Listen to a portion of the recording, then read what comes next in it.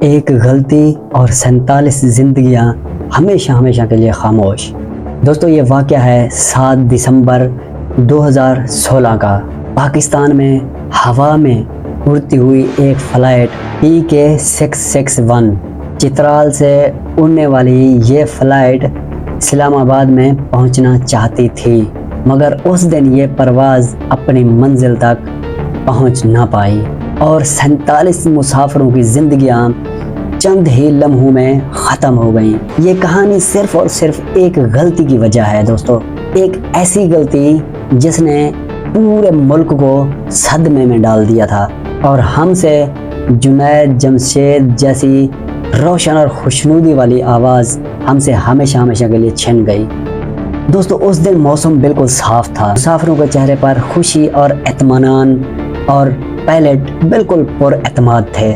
PIA کی flight روزمرہ جیسی ایک عام فلائٹ، اور دوستو اسی فلائٹ میں موجود تھے مشہور سے مشہور نعت خواں جنید جمشید اور اپنی اہلیہ کے ساتھ۔ لیکن دوستو جانے والوں کو کیا معلوم ہی تھا کہ یہ بس ان کی آخری ہی مسکراہٹیں ہوں گی، ظاہری طور پر محفوظ اور خوشی، لیکن اندر کی طرف سے کچھ پتہ نہیں تھا۔ دوستو طیارے کے اندر ایک تکنیکی خرابی پہلے سے ہی موجود تھی، ایسی خرابی جو کہ اسے معمولی سمجھ کر بالکل ہی چھوڑ دیا گیا تھا۔ دوستو ایک ایسی غفلت جس نے آگے جا کر بہت ہی تباہی مچا دی۔ دوستو فلائٹ نے دوپہر کو 3:50 پہ اپنے سفر کو روانہ ہوئی، لیکن دوستو پرواز عام روٹین کی طرح ہر دفعہ کی طرح اپنے سفر کی طرف رواں دواں تھی۔ پھر کیا ہوا؟ پھر اچانک سے 4:12 پر پائلٹس نے کنٹرول ٹاور کو کال کیا، بتایا ان کو کہ ہماری فلائٹ کا بایاں انجن بالکل کام کرنا چھوڑ گیا ہے۔ لیکن دوستو ایک انجن کے خراب ہونے سے طیارہ اڑ سکتا تھا، لیکن دوستو صرف مسئلہ اس پرواز کا صرف ایک انجن نہیں تھا، بلکہ اس کا سسٹم بالکل جام ہو گیا تھا۔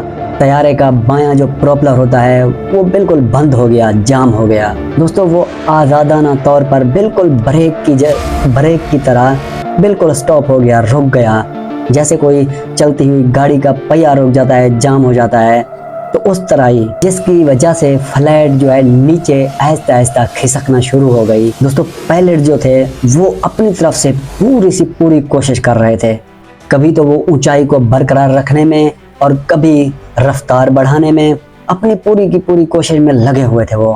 لیکن دوستو طیارہ جو ہے اپنا توازن بالکل کھو چکا تھا۔ یہ ایسا تھا جیسے کسی گاڑی کا پہیہ جام ہو جاتا ہے۔ طیارہ آہستہ آہستہ دوستو زمین کی طرف گرنے لگ گیا۔ مسافروں کی چیخیں، دعائیں اور خوف ان کے دل کے اندر بیٹھ گیا، لیکن کیبن کے اندر بالکل خاموشی سے ریکارڈ ہو رہا تھا، کیونکہ دوستو سب کچھ بلیک باکس ہی بتاتا ہے۔ وہ آخری لمحات، وہ آخری الفاظ، وہ آخری سانسیں۔ 4:42 پر طیارہ ایبٹ آباد اور حویلیاں کے قریب ایک پہاڑی کے اندر گھس گیا۔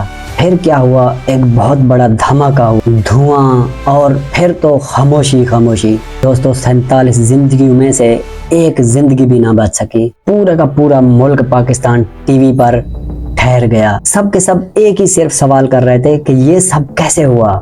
تحقیقات کے مطابق طیارے کے بائیں انجن کا ایک حصہ دوستو پاور ٹربائن مکینیکل خرابی، یہ سب پہلے سے ہی خراب تھا دوستو، بنانے کے وقت اسے تبدیل نہیں کیا گیا تھا۔ ایک پرزے کی غفلت، ایک ریکارڈ کی غلط انٹری، ایک معمولی سی لاپرواہی، اور نتیجہ کیا نکلا؟ 47 زندگیاں چلی گئیں۔ یہ حادثہ صرف دوستو مشین کی ناکامی کی وجہ نہیں تھا، یہ PIA کے مینٹیننس سسٹم کی بڑی سے بڑی لاپرواہی تھی۔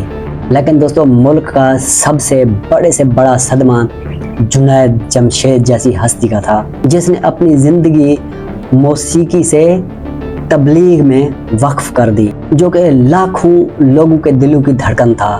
جب بھی اس کی آخری کال ہوئی تو وہ مسکرا رہا تھا۔ چترال سے واپسی پر امیدوں اور منصوبوں سے بھرا ہوا، لیکن تقدیر نے ایک الگ ہی فیصلہ لکھ رکھا تھا۔